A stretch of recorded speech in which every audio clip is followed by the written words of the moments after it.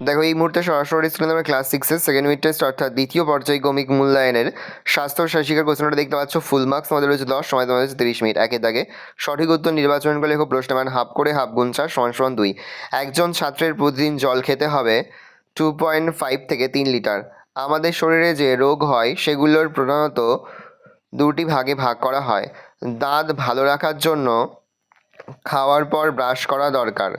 সুঅভ্যাস গড়ে তোলার জন্য প্রধানত দরকার দৃঢ় মানসিক প্রত্যয়। শূন্যস্থান পূরণ করো। প্রতিদিন স্নানের সময় ড্যাশ সাবান ব্যবহার করা উচিত। পরিষ্কার জীবাণুনাশক ড্যাশ এক প্রকার সংক্রামক ব্যাধি কলেরা। বসন্ত মধুমেহ ড্যাশ ব্যাধি অসংক্রামক। সুস্বাস্থ্য বলতে বোঝায় একটি ড্যাশ ও ড্যাশ শারীরিক ও মানসিক স্বাস্থ্যকে। সত্য মিথ্যা কানে অতিরিক্ত ঠান্ডা লাগানো উচিত নয়। সত্য ধূমপান বা পান খাওয়ার ফলে দাঁতের রোগ দেখা দেয় না, এটা মিথ্যা। দু এক কথা উত্তর দাও। ত্বকের যত্ন না নিলে কোন কোন রোগ হয়? কতগুলি সংক্রামক রোগের নাম লেখো।